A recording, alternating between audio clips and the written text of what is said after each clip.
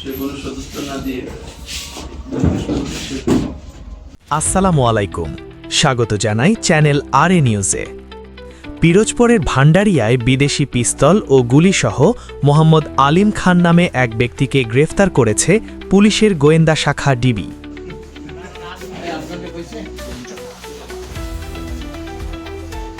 বুধবার ২৪ ফেব্রুয়ারি গভীর রাতে গোপন সংবাদের ভিত্তিতে উপজেলার ভিটাবাড়িয়া ইউনিয়নের উত্তর শিয়ালকাঠি এলাকায় অভিযান চালিয়ে তাকে গ্রেফতার করা হয়।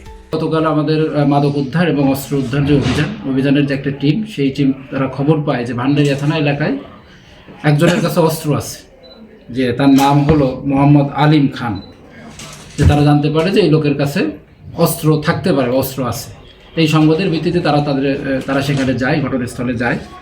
তারপর তার দেখানো মতে তার শয়নঘরের বিছানার নিচ থেকে কাপড়ে পেঁচানো অবস্থায় একটা অস্ত্র উদ্ধার করে। পুলিশ জানায়, রাত 11:30টার দিকে ডিবি পুলিশের একটি দল অভিযান পরিচালনা করলে সন্দেহভাজন আলিম খান পালানোর চেষ্টা করেন। পরে তাকে আটক করা হয়। তার দেওয়া তথ্যের ভিত্তিতে বসতঘরের শয়নকক্ষের খাটের তোশকের নিচ থেকে একটি বিদেশি পিস্তল, একটি ম্যাগাজিন এবং 5 রাউন্ড গুলি উদ্ধার করা হয়। এই ছিল পিরোজপুর থেকে আমাদের আজকের প্রতিবেদন। আর এমন গুরুত্বপূর্ণ ও সত্য সংবাদ পেতে চ্যানেল আর এ নিউজের সাথেই থাকুন। ধন্যবাদ।